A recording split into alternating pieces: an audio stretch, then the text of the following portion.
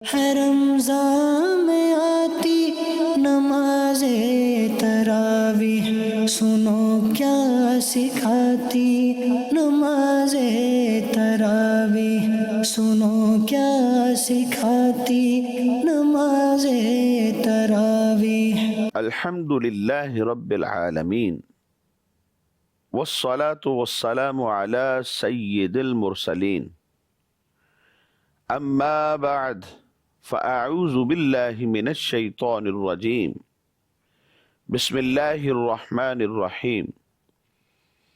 الصلاة والسلام علیک یا رسول اللہ وعلی آلک واصحابک یا حبیب اللہ، الصلاة والسلام علیک یا نبی اللہ وعلی آلک واصحابک یا نور اللہ۔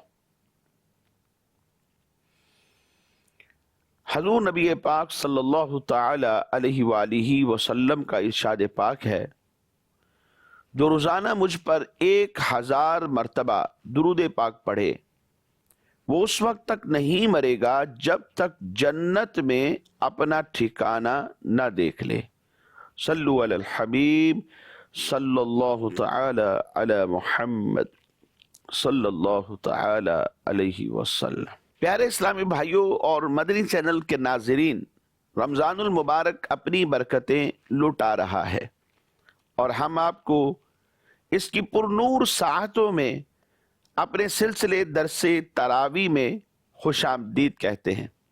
حصول ثواب کی خاطر بیان سننے سے پہلے اچھی نیتیں بھی فرما لیجئے کہ فرمان مصطفیٰ صلی اللہ تعالی علیہ وآلہ وسلم ہے، نیت المؤمن خیر من عملہ، مومن کی نیت اس کے عمل سے بہتر ہے۔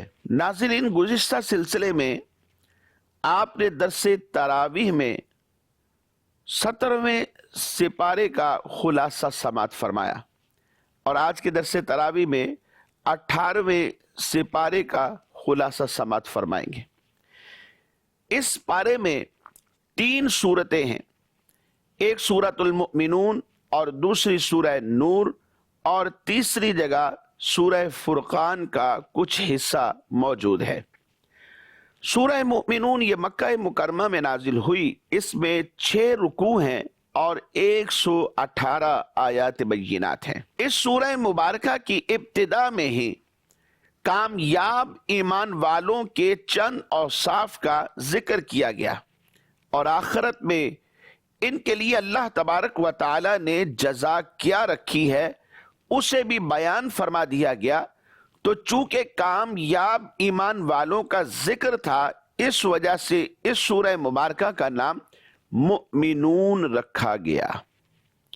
حضرت یزید بن بابنوس رضی اللہ تعالیٰ عنہ سے مروی ہے، کہتے ہیں کہ ہم سیدہ عائشہ صدیقہ طیبہ طاہرہ رضی اللہ تعالی عنہا سے عرض کرنے لگے، اے ام المؤمنین رضی اللہ تعالی عنہا، حضور نبی کریم صلی اللہ تعالی علیہ وآلہ وسلم کے اخلاق کیسے تھے؟ تو انہوں نے ارشاد فرمایا کہ نبی پاک صلی اللہ تعالی علیہ وآلہ وسلم کا جو خلق تھا یہ قرآن تھا۔ پھر فرمانے لگی کہ تم سورہ مؤمنون پڑھتے ہو تو پڑھو۔ تو کہتے ہیں کہ پھر ہم نے سورہ مؤمنون کی ابتدائی 10 آیات جب پڑھی تو سیدہ عائشہ صدیقہ طیبہ طاہرہ رضی اللہ تعالی عنہا فرمانے لگی کہ رسول اللہ صلی اللہ تعالی علیہ وآلہ وسلم کے اخلاق ایسے تھے۔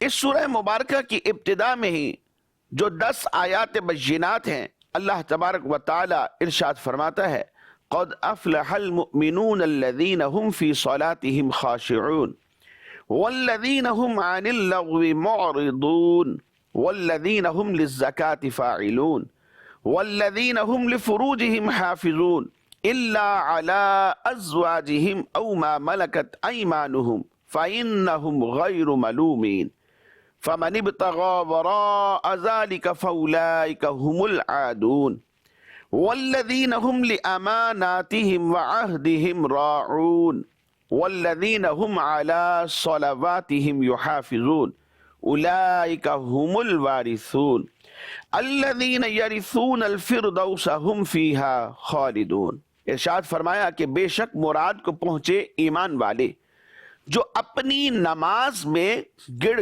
گڑاتے ہیں اور وہ جو کسی بےہودہ بات کی طرف التفات نہیں کرتے، اور وہ کہ زکوٰۃ دینے کا کام کرتے ہیں، اور وہ جو اپنی شرمگاہوں کی حفاظت کرتے ہیں، مگر اپنی بیویوں یا شرعی باندیوں پر جو ان کے ہاتھ کی ملک ہیں کہ ان پر کوئی ملامت نہیں۔ تو جو ان دو کے سوا کچھ اور چاہے وہی حد سے بڑھنے والے ہیں، اور وہ جو اپنی امانتوں اور اپنے عہد کی رعایت کرتے ہیں، اور وہ جو اپنی نمازوں کی نگہبانی کرتے ہیں۔ فرمایا یہی لوگ وارث ہیں، کامیاب ایمان والے جو ہیں، ان کے لیے اللہ تبارک و تعالی نے آخرت میں جزا کیا رکھی ہے اسے بھی بیان فرمایا گیا۔ اولئک هم الوارثون، فرمایا یہی لوگ وارث ہیں، الذین یرثون الفردوس ہم فیہا خالدون، کہ فردوس کی میراث پائیں گے، یعنی اللہ تبارک و تعالیٰ کی بارگاہ سے انہیں جنت بھی ملے گی، اور وہ بھی جنت الفردوس۔ اور فرمایا کہ پھر ہم فیہا خالدون، ہمیشہ اس میں رہیں گے۔ ان ابتدائی آیات بینات کے بارے میں حضرت عمر بن خطاب رضی اللہ تعالیٰ عنہ فرماتے ہیں کہ جب نبی اکرم صلی اللہ تعالیٰ علیہ وآلہ وسلم پر وحی نازل ہوتی تو آپ کے چہرہ مبارک کے پاس مکھیوں کی بن بناہٹ کی سی آواز ہمیں سنائی دیتی تھی۔ ایک دن ایسا ہوا کہ حضور نبی اکرم صلی اللہ تعالیٰ علیہ وآلہ وسلم پر وحی نازل ہو رہی تھی، تو ہم کچھ دیر ٹھہرے رہے یہاں تک کہ وہ کیفیات ختم ہو گئی جو نزول وحی کی ہوتی تھی۔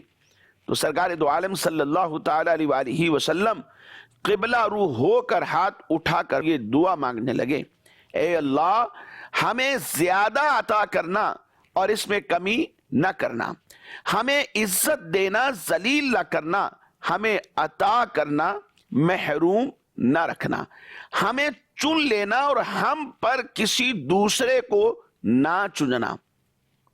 اور پھر اس کے بعد حضور فرماتے کہ اے اللہ ہمیں راضی فرما اور ہم سے راضی ہو جا۔ فرمایا کہ اس کے بعد آقا دو عالم صلی اللہ علیہ وسلم نے اس دن ہمیں یہ ارشاد فرمایا کہ مجھ پر 10 آیات بینات نازل ہوئیں، جس نے ان میں مذکور باتوں کو اپنایا وہ جنت میں داخل ہوگا۔ یعنی اس سورہ مؤمنون کی ابتدائی 10 آیات بینات میں جو اوصاف ذکر ہیں، جس نے ان کو اپنے وجود پر نافذ کر لیا تو وہ جنت میں داخل ہوگا۔ پھر آپ صلی اللہ تعالی علیہ وآلہ وسلم نے قد افلح المؤمنون سے لے کر 10ویں آیہ بینہ تک تلاوت فرمائی۔ شروع میں ہی ایمان والوں کو بشارت ہے، قد افلح المؤمنون، کہ اللہ تبارک و تعالیٰ کے فضل و رحمت سے یہ اپنے مقصد میں کامیاب ہو گئے ہیں اور ہمیشہ کے لیے جنت میں داخل ہو کر ہر ناپسندیدہ چیز سے یہ نجات پالیں گے۔ اس کے علاوہ اس سورہ مبارکہ میں یہ بیان کر دیا گیا کہ بتوں کی پوجا کرنے والوں کے لیے خسارہ ہے، اور نیک اعمال کرنے والے اہل ایمان کی نجات اور ان پر اللہ تبارک و تعالیٰ کی رحمت بھی ہے، اور ان پر اللہ تبارک و تعالیٰ کی بارگاہ سے بخشش بھی ہوگی۔ مسلمانوں کا مذاق اڑانے پر کفار کو سرزنش کی گئی اور ان سے دنیا میں ٹھہرنے کی مدت کے بارے میں سوال کیا گیا۔ اس دن نسب کا کوئی فائدہ نہ ہوگا، اس بارے میں بھی بیان کر دیا گیا، اور یہ بھی واضح کر دیا گیا کہ کفار کی دنیا کی طرف لوٹ جانے اور نیک اعمال بجا لانے کی اس روز تمنا ہوگی، یعنی روز محشر یہ تمنا کریں گے کاش کہ ہم دوبارہ دنیا میں چلے جائیں اور اب وہاں جا کر ہم نیک اعمال کریں، لیکن یہ کوئی فائدہ نہ ہوگا۔ حضرت نوح علیہ السلام کا ذکر بھی کیا گیا، آپ کی کشتی کے حوالے سے تذکرہ بھی ہوا۔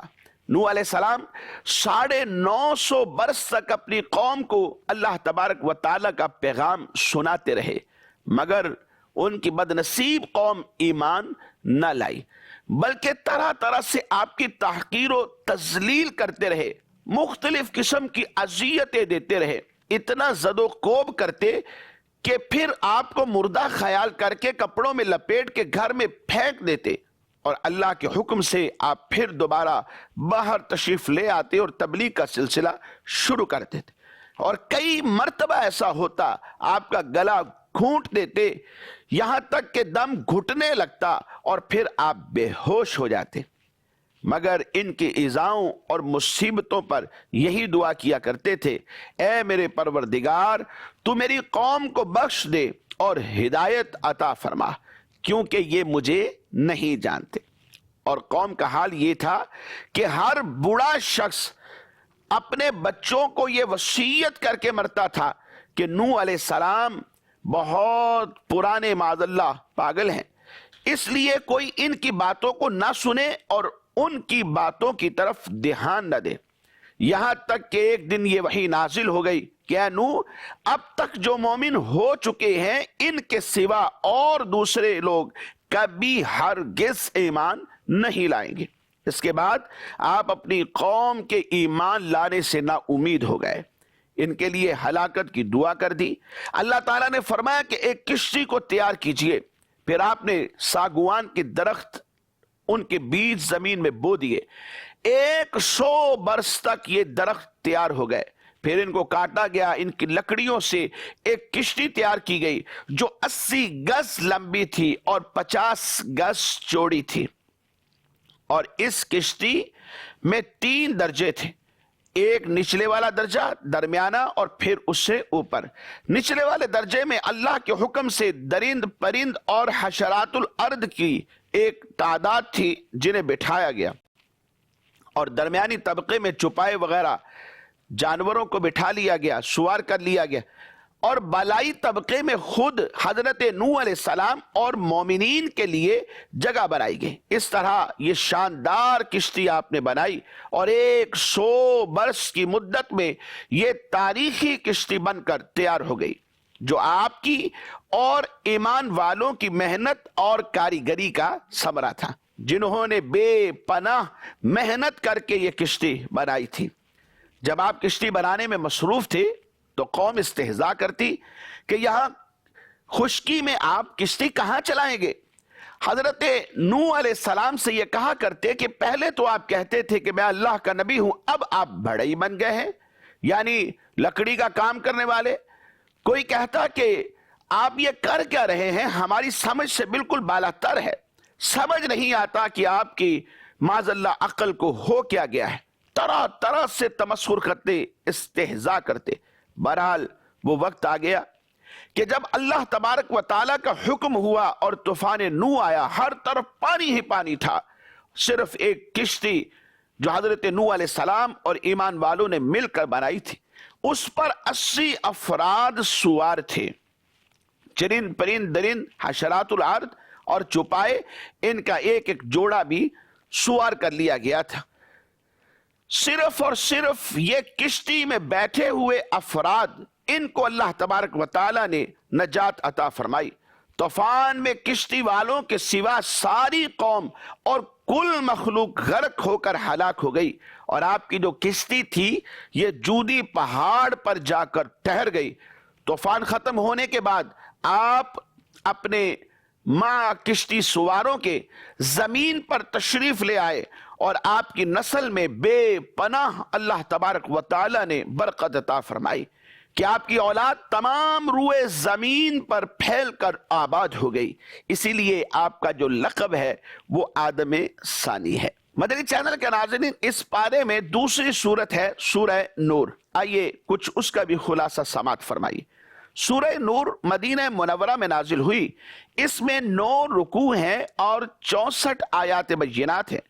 اس کی آیت نمبر 35 اور 40 میں بکثرت لفظ نور استعمال ہوا، اسی مناسبت سے سورہ مبارکہ کا نام نور ہے۔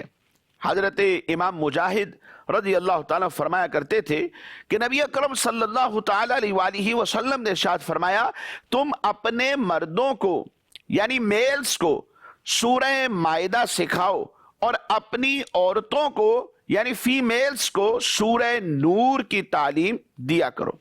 اس سورہ مبارکہ میں پردہ کے بارے میں گفتگو کی گئی ہے۔ شرم و حیا اور عفت و عصمت کے احکام کو اللہ تبارک و تعالی نے بیان فرمایا، اور ابتدا میں ہی بدکار مردوں اور عورتوں کی جو شرعی سزا بنتی ہے اسے بھی بیان کر دیا گیا۔ پاک دامن جو خواتین ہیں ان پر برائی کی تہمت لگانے اور اسے 4 گواہوں سے ثابت نہ کر سکنے والے کی شرعی جو سزا بنتی ہے اسے بھی بیان کر دیا گیا۔ اس سورہ مبارکہ میں لیان کرنے کے احکام کا تذکرہ بھی کیا گیا ہے۔ ام المؤمنین حضرت عائشہ صدیقہ طیبہ طاہرہ رضی اللہ تعالی عنہا پر منافقین کی طرف سے لگائی جانے والی جو جھوٹی تہمت ہے اس کا بھی واقعہ بیان کیا گیا، اور جو بھی مرد و عورت اس تہمت لگانے میں شریک تھے اسے 80 کوڑے مارنے کا حکم دے دیا گیا، اور اس معاملے میں چند مسلمان بھی تھے کہ جو عتاب میں آئے تھے۔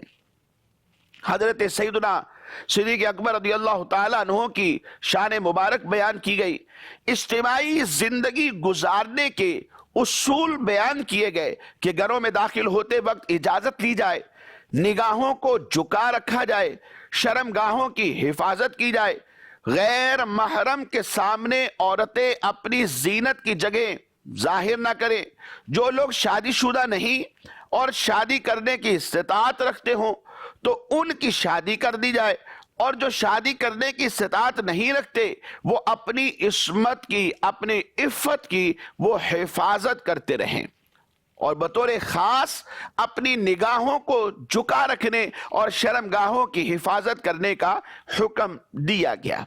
قل للمؤمنین یغضوا من ابصارهم ویحفظوا فروجهم ذلک ازکی لهم ان اللہ خبیر بما یصنعون۔ ایمان والے جو مرد ہیں انہیں حکم دیا گیا کہ اپنی نگاہوں کو کچھ پست رکھیں اور اپنی شرمگاہوں کی حفاظت کریں، یہ تمہارے لیے ستھرا ہے، اور جو تم کرتے ہو اللہ اس کی خبر رکھنے والا ہے۔ اور اسی طرح ایمان والی جو عورتیں ہیں انہیں بھی حکم دیا گیا وَقُلْ لِلْمُؤْمِنَاتِ يَغْضُضْنَ مِنْ أَبْصَارِهِنَّ وَيَحْفَظْنَ فُرُوجَهُنْ، یہ بھی اپنی نگاہیں کچھ پست رکھے اور پھر اپنی شرمگاہوں کی حفاظت کریں۔ معذور مسلمانوں سے جہاد کے حکم میں تخفیف کی گئی ہے، اس کا ذکر بھی کر دیا گیا۔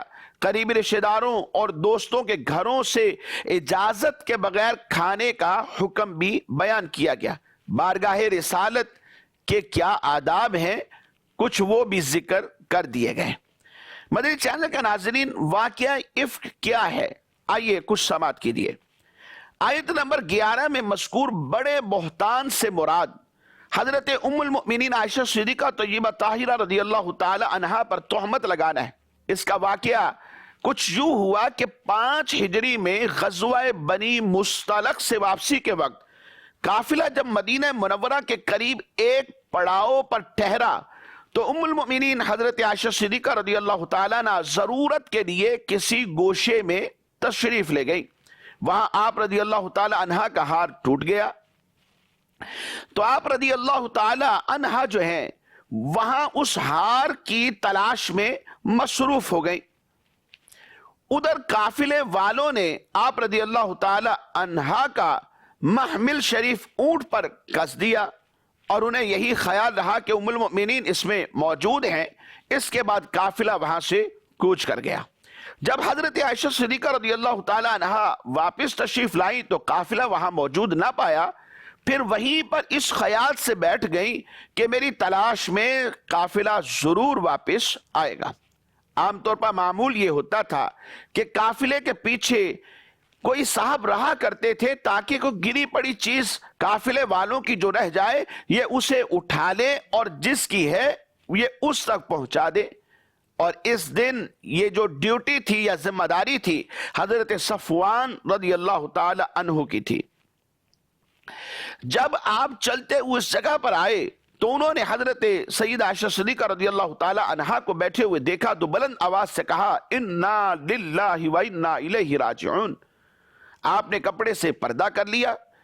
انہوں نے اپنی اونٹنی بٹھائی اور آپ کو اس میں سوار کر کے لشکر تک پہنچا دیا. اس وقت سیاہ باطن منافقین نے غلط باتیں پھیلانا شروع کر دی اور آپ کی شان میں بدگوئی شروع کی. بعض مسلمان بھی ان کے فریب میں آ گئے اور ان کی زبان سے بھی کوئی بے جا کلمات سرزد ہو گئے. اسی دوران حضرت ام المؤمنین بیمار پڑ گئی. 1 ماہ تک بیمار رہی. پھر انہیں کسی طرح اس بات کی اطلاع مل گئی کہ معاملہ اس طرح چل رہا ہے. مزید مرض بڑھ گیا اور اس صدمے سے آپ اتنی روئیں کہ آپ رضی اللہ تعالی عنہا کے آنسو نہ تھمتے تھے اور نہ ایک لمحہ کے لیے بھی نیند آتی تھی. اس حال میں سرکار دو عالم صلی اللہ تعالی علیہ وآلہ وسلم پر وحی نازل ہوئی. ام المؤمنین رضی اللہ تعالی عنہا کی پاکی میں یہ آیات بینات اس سورہ مبارکہ میں اتاری گئیں اور آپ رضی اللہ تعالی عنہا کا شرف اور مرتبہ اللہ تبارک و تعالی نے آپ کی پاکی کو بیان فرما کر اتنا بڑھایا کہ قرآن پاک کی بہت سی آیات بینات میں آپ کی طہارت و فضیلت کو بیان کر دیا گیا.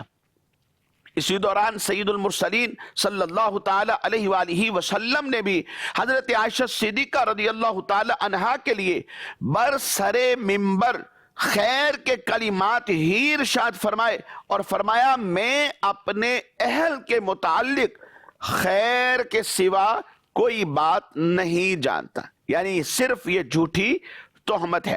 حضرت عمر فاروق اعظم رضی اللہ تعالی عنہ نے اس موقع پر فرمایا منافقین یقینی طور پر جھوٹے ہیں اور ام المؤمنین سیدہ عائشہ صدیقہ رضی اللہ تعالی عنہا یقینی طور پر پاک ہیں. اللہ تبارک و تعالیٰ نے تاجدار رسالت صلی اللہ علیہ وسلم کے جسم پاک کو مکھی کے بیٹھنے سے بھی محفوظ رکھا. یعنی حضرت عمر فاروق اعظم رضی اللہ تعالیٰ کی مثال دیتے ہوئے لوگوں کو سمجھایا کہ جسم پاک مصطفیٰ صلی اللہ تعالی علیہ وآلہ وسلم کو اللہ تبارک و تعالیٰ نے مکھی کے بیٹھنے سے محفوظ رکھا کیونکہ وہ نجاستوں پر بیٹھتی ہے. تو یہ کیسے ہو سکتا ہے کہ وہ آپ صلی اللہ علیہ وسلم کو بد عورت کی صحبت سے محفوظ نہ رکھے؟ یعنی تمہارا کہنا غلط ہے اور سیدہ عائشہ صدیقہ طیبہ طاہرہ رضی اللہ تعالی عنہا یہ پاک ہیں. حضرت مولا مشکل کشا نے فرمایا ایک جوں کا خون لگنے سے پروردگار عالم نے اپنے پیارے محبوب صلی اللہ علیہ وسلم کو نالین اتار دینے کا حکم دیا تو جو پروردگار عز و جل آپ صلی اللہ علیہ وسلم کی نالین شریف کی اتنی سی آلودگی کو گوارا نہ فرمائے تو یہ کیسے ہو سکتا ہے کہ وہ آپ صلی اللہ تعالی علیہ وآلہ وسلم کے اہل کی آلودگی کو گوارا فرمائے. اسی طرح بہت سے صحابہ اور بہت سی صحابیات نے قسمیں کھائیں. آیت نازل ہونے سے پہلے ہی ام المؤمنین حضرت عائشہ صدیقہ رضی اللہ تعالی عنہا کی طرف سے دل مطمئن تھے اور جب آیت نازل ہوئی تو آپ کی عزت و شرافت اور زیادہ بڑھ گئی اور تو جو بدگوئیاں کر رہے تھے اللہ تبارک و تعالی نے انہیں تنبیہ کی اور انہیں شرعی سزا دینے کا حکم بھی دیا گیا. اسی سورہ مبارکہ کی آیت نمبر 22 سے حضرت سیدنا صدیق اکبر رضی اللہ تعالی عنہ کی فضیلت بھی ثابت ہوتی ہے اور اس سے آپ رضی اللہ تعالیٰ عنہ کی بلند شان اور آپ کا جو مرتبہ ہے جو رب کائنات نے ان کو عطا فرمایا وہ بھی ظاہر ہو جاتا ہے. مدنی چینل کے ناظرین اور بھی بہت کچھ ہے جو اس سورہ نور میں ہے اور اس کے ساتھ ساتھ سورہ فرقان میں بھی. ہمارے آج کے سلسلے کا وقت اختتام کو پہنچا ہے. آئندہ تک کے لیے اجازت دیجیے. ہم دعا گو ہیں اللہ تبارک و تعالی جو کچھ بیان ہوا سنا اسے یاد رکھنے عمل کرنے کی توفیق نصیب فرمائے. آمین بجاہ النبی الامین صلی اللہ تعالی علیہ وآلہ وصحابہ وبارک وسلم. ہے رمضان میں آتی نماز تراویح سنو کیا سکھاتی نماز